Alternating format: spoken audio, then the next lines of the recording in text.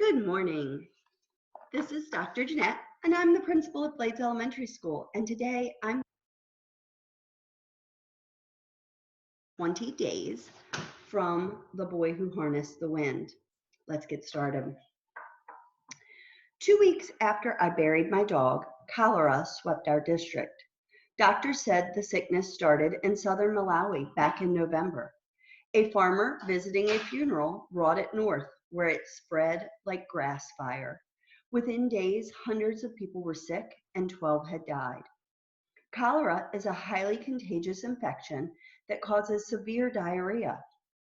People mostly get it by eating food or drinking water that's been contaminated with feces. Across Africa, it's an unfortunate companion of every rainy season. Many villages have poorly built latrines that flood with the rains and pollute the wells and streams where people drink. Blowflies also spread the bacteria after crawling out of toilets and landing on food. The diarrhea that results is clear and milky and quickly leads to dehydration. If people aren't treated immediately, they could die.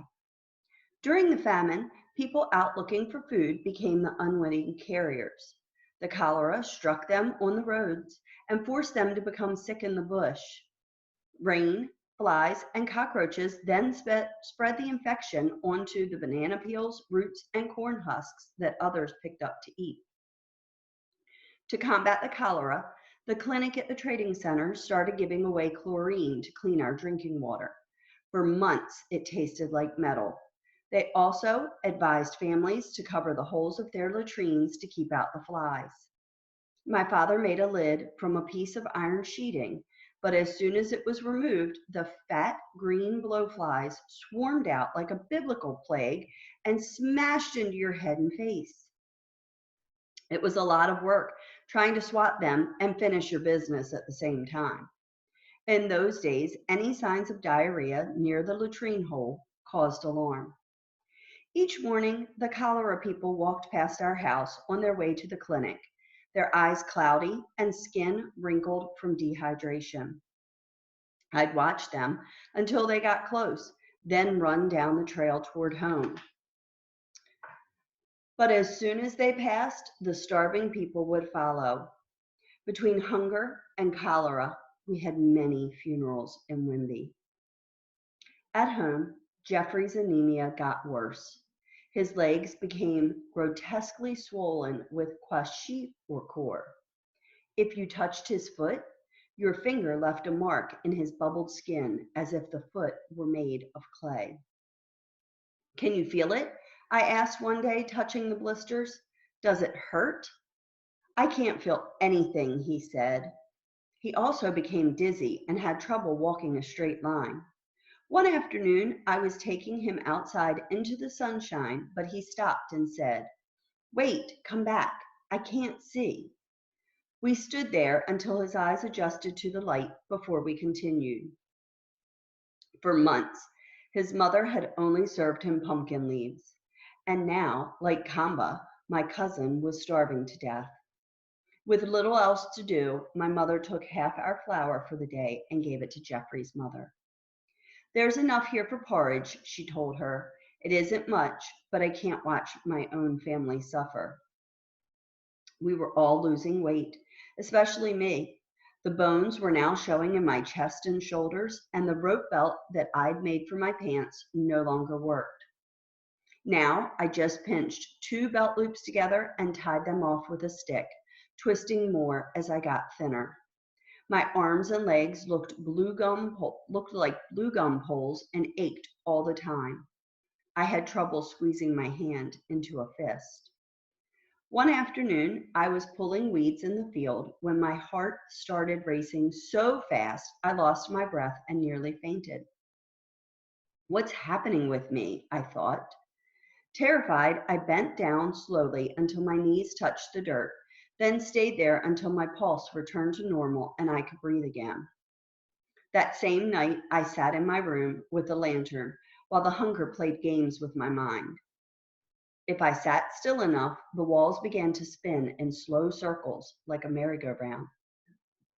I followed a centipede up the wall for what seemed like hours. When a mayfly flew close to the lantern, I grabbed it by its wings and asked it, "How are you alive? What are you eating?" One thing was certain, no magic could save us now. Starving was a cruel kind of science. Even my father, once a giant man, shriveled like a raisin. Sharp bones now replaced brawny muscle.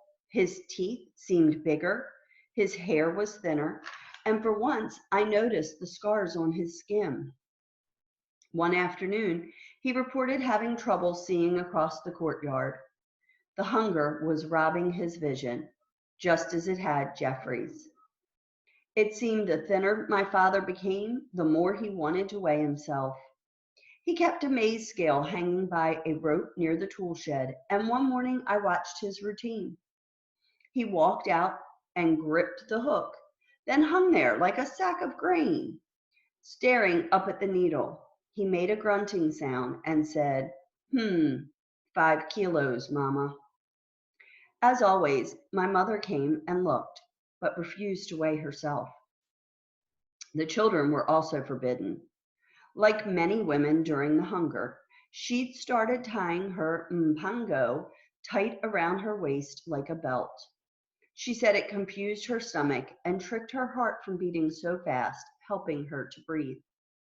At night, she resorted to mind games to help us children. "You're losing weight because you're thinking about food," she told us. "Don't you know that causes your body to stress and burn more energy?" My sisters cried. Aisha said, "But Mama, I don't want to become swollen." "Then think about positive things," my mother told her. "Do that for me."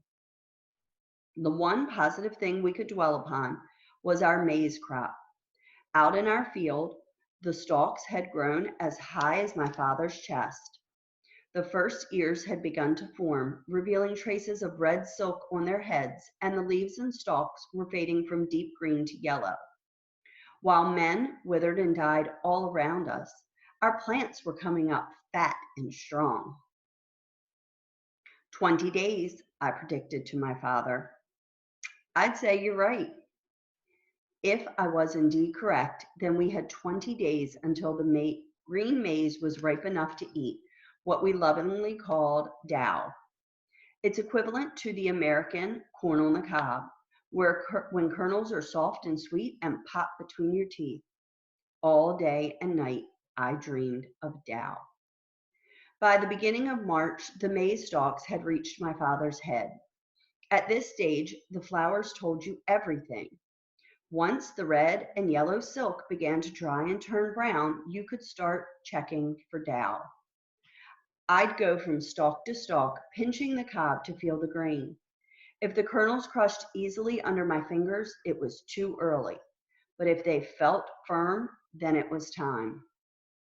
Every morning for a week, Jeffrey and I walked up and down the rows, pointing out ones that were nearly done. Then finally, I spotted a cob that appeared ripe and gave it a squeeze. It was firm. "This one's ready," I said. "Yeah," said Jeffrey, pointing to another. "And so is this one, and this one, and this one." Our long-awaited day had finally arrived. Let's eat. Using the last of our energy, we ran through the rows, pulling the ripe dough and cradling them in our arms. Soon I had 15 ears, and Jeffrey had the same. We peeled back the first layer of husks and tied them all together, then draped the chain across our shoulders. The sight of Jeffrey and me running through the courtyard with necklaces of dough nearly caused a riot. "It's ready?" Aisha asked, her eyes wide and excited. "Ready." "The dough is ready." In the kitchen, I stoked the coals of my mother's fire until they burned red. Soon my sisters were crowded inside the door, fighting for space. "Relax," I shouted. "There's plenty of dough for everyone." I placed several cobs directly on the coals, then flipped them until the peels were crisp and blackened. I burned my fingers pulling one off, then stripped the steaming husks and began to eat. The kernels were meaty and warm and filled with the essence of God.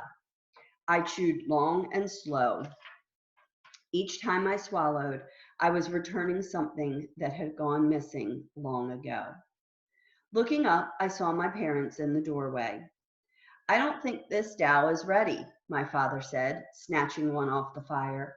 He pulled off the silk and took his first bite. Within seconds, the blood of life seemed to rush back into his face. He knew we would live. "It's ready," he said, and smiled. That afternoon, we must have eaten 30 ears of maize. As if heaven opened up, the first pumpkins in our field were also ready.